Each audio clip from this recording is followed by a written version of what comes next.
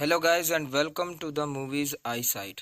आज मैं 2023 में आई हुई फिल्म द केरला स्टोरी की एक्सप्लेनेशन करने जा रहा हूँ। So without wasting any time चलिए एक्सप्लेनेशन स्टार्ट करते हैं। द केरला स्टोरी फिल्म की स्टार्टिंग मिलिटेंट इसाक से होती है, जो अपनी वाइफ फातिमा के साथ सीरिया जा रहा है। अब प्रेजेंट में सीन अमेरिकन एम्बेसी की तरफ आता है, जहाँ पर एफबीआई टेररिस्ट फातिमा का इंटरोगेशन करती है। जहां पर एफबीआई ऑफिसर फातिमा को अपने देश हिंदुस्तान से गद्दारी करने और कई क्रिमिनल एक्टिविटीज में शरीक होने का इल्जाम लगाती है। बट फातिमा ऑफिसर से बोलती है कि जो कुछ भी मैंने किया वह मेरे बस में नहीं था, क्योंकि हम लोगों का माइंड वॉश कर दिया गया था। सारी एक्टिविटीज में मैं इन्वॉल्व जरूर थी, पर मेरा रिमोट किसी और के हाथों में था। जैसे मुझे चलाया जाता था वैसे मैं चलती थी और उन्हें अपनी कहानी बताती है। जहां पर अफगानिस्तान के हिंदू कुश में इसाक और फातिमा जाते हैं। इसाक को मिलिटेंट्स सीरिया में अपना काम पूरा करने को बोलते हैं और सावधान करते हुए कहते हैं कि तुम्हें तालिबानी, हक्कानी और अमेरिकन से बचकर अपने काम को अंजाम देना होगा। वहीं दूसरी तरफ फातिमा कुछ मुस्लिम लड़कियों से बात करती है और फिर उसे अपने केरला के घर की याद आती है, जहां पर पहले वह एक हिंदू लड़की शालिनी थी, जो कासरगोड में नर्सिंग की पढ़ाई कर रही थी और हॉस्टल में एडमिशन लेती है। वहां पर उसकी मुलाकात तीन लड़कियां गीतांजलि मेनन, फातिमा बा और नीमा मैथ्यूज से होती है। वह सभी एक दूसरे को अपना इंट्रोडक्शन देने के बाद प्रोफेसर की स्पीच अटेंड करने के लिए क्लासरूम चली जाती हैं, जहां पर एक अनजान शख्स उनकी फोटोज अपने मोबाइल पर खींच लेता है, जिस पर एफबीआई एजेंट उसे बीच में स्टॉप करते हुए बोलता है कि हमारी इन्वेस्टिगेशन में शालिनी नाम की किसी भी लड़की की कोई इन्वॉल्वमेंट नहीं है। जिस पर फातिमा बोलती है कि वह शालिनी मैं ही हूँ, मैं आपको कैसे अपनी बात पर यकीन दिलाऊं।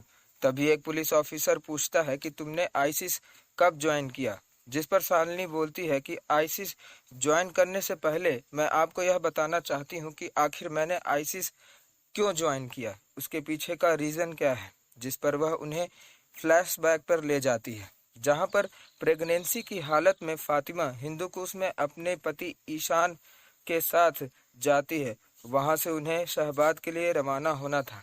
रास्ते में शालिनी हवा खाने गाड़ी से बाहर निकलती है, पर उसे चारों ओर रेगिस्तान पर लोगों की कटी फटी लाश दिखाई पड़ती है, जिसे देखकर वह उल्टी कर देती है। शहबाद पहुंचकर फातिमा इसाक से केरल में रह रही अपनी मां से बात करवाने की जिद करती है, जिस पर इसाक नाराज हो जाता है और वह बोलता है कि अमेरिकन हमें फोन कॉल्स पर ट्रेस कर सकते हैं। जिसके बाद फातिमा कपड़ों को संभाल रही होती है और वहीं पर इसाक आ जाता है, जो फातिमा के साथ जबरदस्ती करने लगता है। फातिमा उसे बोलती है कि मैं प्रेग्नेंट हूँ, पर वह उसकी एक नहीं सुनता और उसका रेप करने लगता है, क्योंकि वह बच्चा इसाक का नहीं था। जिसके बाद कहानी फ्लैशबैक में जाती है और हॉस्टल में सभी लड़कियां साड़ी पहनती हैं और आसिफा बुरखे में रहती है। नीमा उसे लिपस्टिक लगाने के लिए देती है, पर आसिफा मना कर देती है। आसिफा खुद भी एक मिलिटेंट थी, जिस पर तीनों लड़कियों का धर्मांतरण करवाकर उन्हें सीरिया भेजने की जिम्मेदारी थी। उसके पास एक सरगना का कॉल आता है, जिसके बाद आसिफा अपनी सहेलियों को दो लड़के रमीश और अब्दुल से मिलाती है, जहां पर रमीश एमबीबीएस की पढ़ाई कर रहा था और अब्दुल का खुद का बिजनेस था। सभी लोग आपस में बात करते रहते हैं, जिसके बाद अब्दुल और रमीश वहां से चले जाते हैं। रेस्टोरेंट में चारों लड़कियां डिनर करती रहती हैं और डिनर से पहले आसिफा प्रार्थना करती है। जिसके बाद वहां पर अब्दुल और रमीश पहुंच जाते हैं और खूब नाच गाना होता है। रात को हॉस्टल वापस आते वक्त शालिनी आसिफा से पूछती है कि तुम प्रार्थना क्यों कर रही थी, जिस पर आसिफा बोलती है कि मैं अल्लाह का शुक्रिया अदा कर रही थी कि उन्होंने मुझे खाने को भोजन दिया और सभी को यह प्रार्थना करना चाहिए, जो यह प्रार्थना नहीं करता है उसे दोजख मिलता है। और इंटेंशनली वह शालिनी और गीतांजलि के मन में दोजख का भय भर देती है, पर नीमा पर उसका कोई प्रभाव नहीं पड़ता, क्योंकि नीमा खुद एक कैथोलिक थी। फातिमा एजेंट्स को बताते हुए बोलती है कि सर मेरा घर बहुत दूर था और गीतांजलि भी अपने घर जाना बहुत कम पसंद करती थी, इसलिए हम दोनों आसिफा के घर जाया करते थे और वहीं पर अब्दुल और रमी से हमारी नज़दीकियां बढ़ गईं। जिसके बाद सीन आगे का आता है जहां पर इसाक किसी काम से घर के बाहर चला जाता है और मौके का फायदा उठाकर फातिमा बुरखे में बाहर भागने की कोशिश करती है, पर रास्ते में उसे एक औरत दिखाई देती है जिसके पैर पर मिलिटेंट्स ने गोली मार दी थी। वह चुपके से उस औरत के ऊपर हो रहे अत्याचार को देख रही थी। उस औरत के साथ उसके पति को भी मिलिटेंट्स ने पकड़ रखा था और मिलिटेंट्स ने औरत के हाथ और उसके पति के सिर को काट दिया, जिसे देखकर फातिमा बेहोश होकर गिरने लगती है। तभी उसे साजिया पकड़ती है। जब फातिमा साजिया से पूछती है कि यह लोग उस औरत का हाथ क्यों काट दिए, तब साजिया उसे बताती है कि उस औरत ने लिपस्टिक लगा ली थी और शरिया कानून में लिपस्टिक लगाना गुनाह है, इसी वजह से उसे यह सजा मिली। जिसके बाद सीन सीधे प्रेजेंट में आता है और फातिमा बोलती है कि सर, मुझे यह पता लग चुका था कि हम लोग एक ट्रैप में फंस गए हैं और इस तरह की मारकाट का असर मेरे बच्चे पर भी निगेटिवली पड़ रहा था। वह आगे बताती है और कहानी कॉलेज की टाइम की आती है जहां पर अब्दुल और रमीश भी मिलिटेंट्स थे और उन्हें एक सरगना वीडियो दिखाता है जिस पर एक मिलिटेंट दवाई के बारे में बताता रहता है जिसका वास्तविक नाम डेमिकॉल कोलेज था और फार्मा में इसे कैप्टाकॉन इन्फेडेमाइन के नाम से जाना जाता था। इस दवाई की खासियत यह थी कि इसे खाकर भूख प्यास बंद हो जाती थी और नींद भी नहीं आती थी। मिलिटेंट्स इस दवाई का यूज लंबे समय तक लड़ने के लिए करते थे। सरगना उन सभी को इस दवाई का यूज तीनों लड़कियों पर करने को बोलता है और आसिफा को उन लड़कियों को जाल में फंसाने को बोलता है, जिस पर आसिफा बोलती है कि 2 लड़कियां तो हमारे चंगुल में आ गई हैं, पर एक लड़की नीमा नहीं आई है क्योंकि वह बहुत ही कट्टर कैथोलिक है। जिस पर उसे सरगना से डांट पड़ती है और आसिफा एक नई योजना बनाती है। वह अपने कुछ गुर्गों को फोन करते हुए एक मॉल की लोकेशन बताती है जहां पर तीनों लड़कियां जाने वाली थी। वहां पर जब गीतांजलि, नीमा और शालिनी शॉपिंग कर रही थी तभी एक मनचला गीतांजलि के पीछे हाथ मारता है, जिस पर गीतांजलि और बाकी सभी लोग भिड़ जाते हैं और इस लड़ाई में वह गुंडे सभी लड़कियों के कपड़े फाड़ देते हैं, जिससे वह लोग रोने लगती हैं और उनका बीच बचाव करने आसिफा पहुंच जाती है जो अपने बुरखे की शॉल से उन्हें ढकती है और फिर इन सब में यह भ्रम पैदा कर देती है कि जो कुछ भी मॉल में हुआ वह उन सभी लड़कियों के कपड़ों के वजह से हुआ। वह बोलती है कि जो लड़कियां हिजाब पहनती हैं उनसे कोई छेड़खानी नहीं करता क्योंकि अल्लाह उनकी रक्षा करता है। जिस पर नीमा नाराज हो जाती है और वह आसिफा को शांत रहने को बोल देती है। आसिफा वहां से बाहर चली जाती है। अब अगले दिन अब्दुल और रमेश आसिफा और गीतांजलि से मिलने आते हैं जहां पर वह उन लड़कों को सबक सिखाने की बात कहते हैं और रमेश शालिनी को अनएक्साइटमेंट दूर करने की गोली के रूप में कैप्टाकॉन इन्फेडेमाइन दे देता है। जिसके बाद शालिनी और गीतांजलि हिजाब पहनने लगती हैं और उन्हें सेफ्टी महसूस होती है। वह आसिफा से कहती हैं कि जब से हमने हिजाब पहनना चालू किया है हम पहले से ज़्यादा सेफ महसूस कर रहे हैं क्योंकि हमें छेड़ने अब कोई नहीं आता। और फिर गीतांजलि और शालिनी अब्दुल और रमीश के और करीब आने लगती हैं और शालिनी रमीश के साथ और गीतांजलि अब्दुल के साथ सेक्सुअल रिलेशन बनाती हैं। जिसके बाद दीपावली का दिन आता है और सारी लड़कियां हॉस्टल में ही मौजूद रहती हैं जहां पर उनका टेस्ट लेने के लिए आसिफा गीतांजलि और शालिनी दोनों से पूछती है कि तुम्हारा गॉड कौन है, जिस पर शालिनी जवाब देती है कि हमारे तो 300 करोड़ गॉड हैं। जिस पर आसिफा हिंदू गॉड्स की बुराई करती है और अल्लाह को ही सुप्रीम गॉड बताती है। जिस पर अमेरिकन ऑफिसर फातिमा से ड्रग्स की तस्करी के बारे में पूछते हैं। फातिमा एक्सेप्ट करती है कि वह तस्करी में इन्वॉल्व थी, पर उसे नहीं पता कि ड्रग्स किसने भेजे थे क्योंकि वह अपने होशो हवास में नहीं थी उन दवाइयों की वजह से। वह अपनी पुरानी कहानी भी बताती है जहां पर वह साजिया के साथ थी तभी उसके पेट में दर्द महसूस होने लगा और उसे एक लड़की हुई जिसे लेकर वह इसाक के पास गई और इसाक उसे बताता है कि मैं कुछ दिनों के लिए सीरियन बॉर्डर में ट्रेनिंग के लिए जा रहा हूँ। जिस पर फातिमा इसाक से वापस लौट कर आने को बोलती है। इसाक उसे आश्वस्त कर देता है कि मैं कोई लड़ाई में नहीं जा रहा हूँ बल्कि ट्रेनिंग पर जा रहा हूँ, इसलिए मैं वापस जरूर आऊँगा। जिसके बाद अपनी माँ से बात करने के लिए शालिनी साजिया से मदद मांगती है और साजिया शालिनी को लेकर उसना के पास पहुँचती है। उसना शालिनी को वॉइस मैसेज भेजने के लिए मोबाइल देती है और जब साजिया और शालिनी घर से बाहर आते हैं तभी उन्हें एक गोली की आवाज़ सुनाई देती है और वह गोली उसना को उसके पति ने मारी थी। यहीं पर कहानी का इंटरवल हो जाता है, जिसके बाद कहानी कॉलेज टाइम की आती है।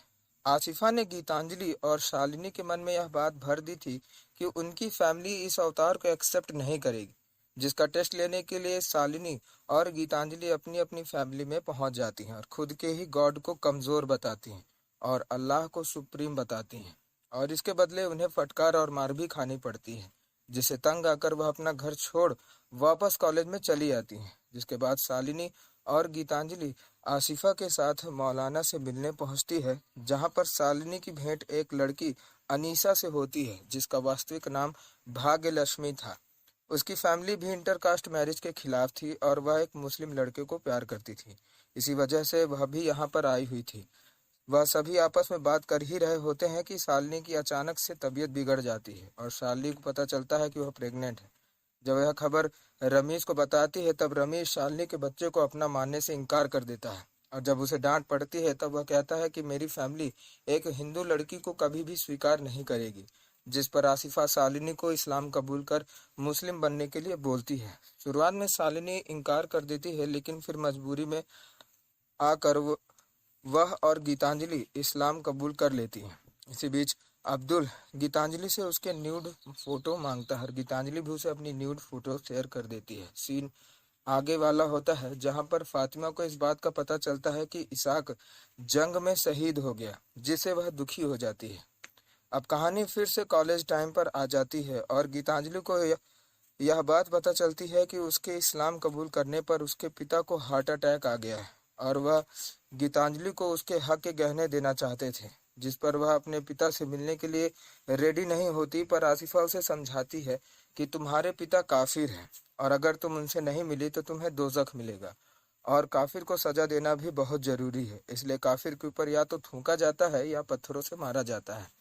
जिस पर गीतांजलि अपने पिता से अस्पताल में मिलने पहुंचती है और अपनी मां को इस्लाम कबूल करने को बोलते हुए सारी प्रॉपर्टी पर हस्ताक्षर करती है और फिर बेड पर लेटे हुए अपने पिता के मुंह पर थूकती है और वापस चली जाती है।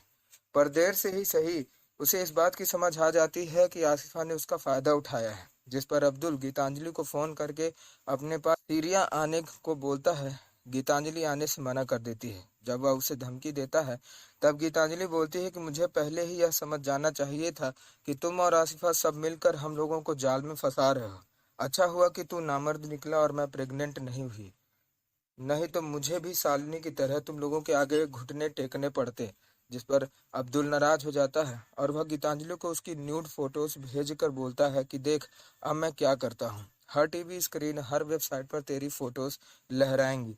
गीतांजलि उसे रोकने की कोशिश करती है पर वह फोन काट देता है, और इधर शालिनी को मौलाना मिलता है जो उसे बताता है कि रमेश देश को छोड़कर भाग गया है और वह अब इस्लाम को कबूल कर चुकी है, इसलिए उसका परिवार भी उसे एक्सेप्ट नहीं करेगा। ऐसे में उसके पास केवल एक ही चॉइस है, इसाक नाम के व्यक्ति से वह शादी कर ले, वह उसके बच्चे और उसे दोनों को सही सलामत रखेगा।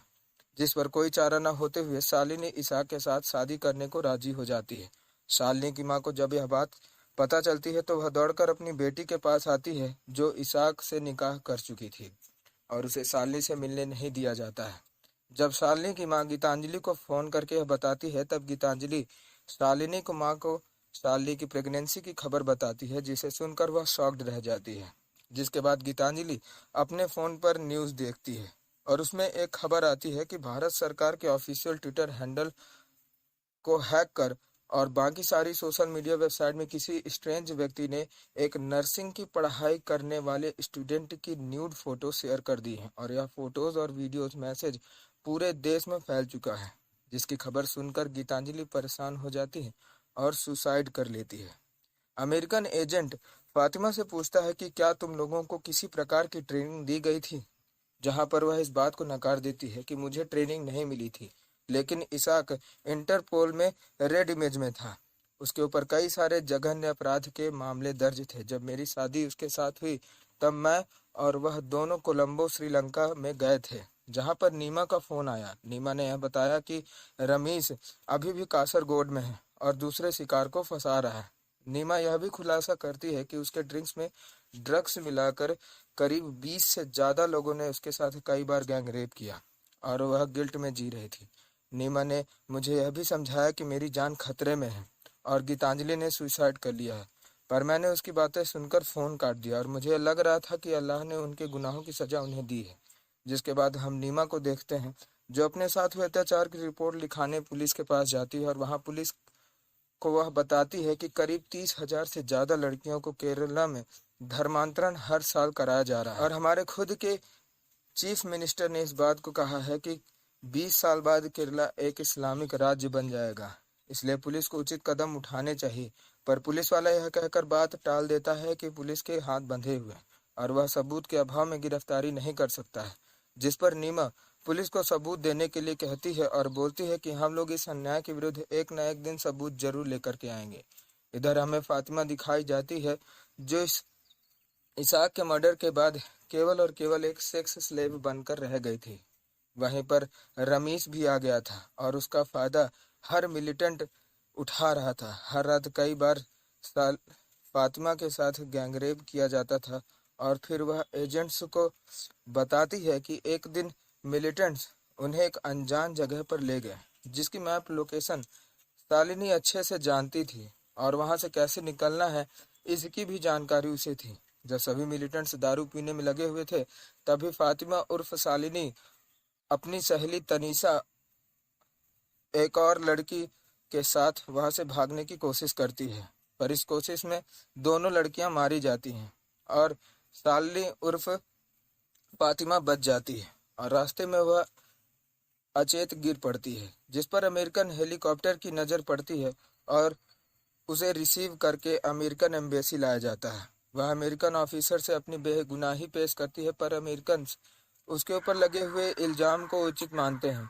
और कोऑपरेट करने के लिए उसे सुविधा देने की बात करते हैं और उसकी सजा को कम से कम करने के लिए बोलते हैं। वह उसे बताते हैं कि भारत ने किसी भी टेररिस्ट को अपने यहाँ वापस आने को लेकर मना कर दिया है और इसलिए वह अब अमेरिकन जेल में ही रहेगी, जिस पर शालिनी अपनी मां को केरला में फोन करने के लिए एजेंट से बोलती है और एजेंट उसकी बात करा देती है, जहां पर शालिनी की मां बहुत दुखी होती है। पर शालिनी उसे बोलती है कि मैं ठीक हूं और यही बताने के लिए मैंने तुम्हें फोन किया था।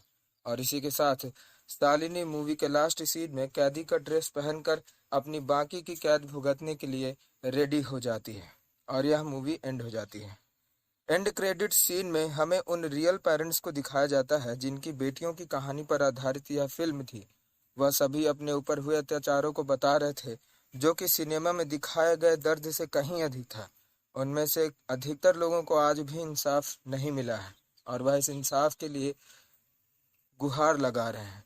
इस मूवी से हमें यह सीख लेनी चाहिए कि जरूरी नहीं कि आपके साथ रहने वाले हर व्यक्ति आपके बारे में अच्छा ही सोचे, इसलिए कुछ भी रिलेशन बनाने से पहले यह जरूर सचेत होकर जान लेना चाहिए कि सामने वाले व्यक्ति में कहीं कोई चाल तो नहीं छिपी, क्योंकि ऐसे लोगों के चक्कर में फंसकर ना ही केवल हम अपना इज्जत बल्कि अपने माँ बाप, अपने देश, अपने समाज की भी इज्जत को शर्मसार करते हैं। और इसी स्पेशल मैसेज के साथ मैं इस मूवी की एक्सप्लेनेशन एंड करता हूँ।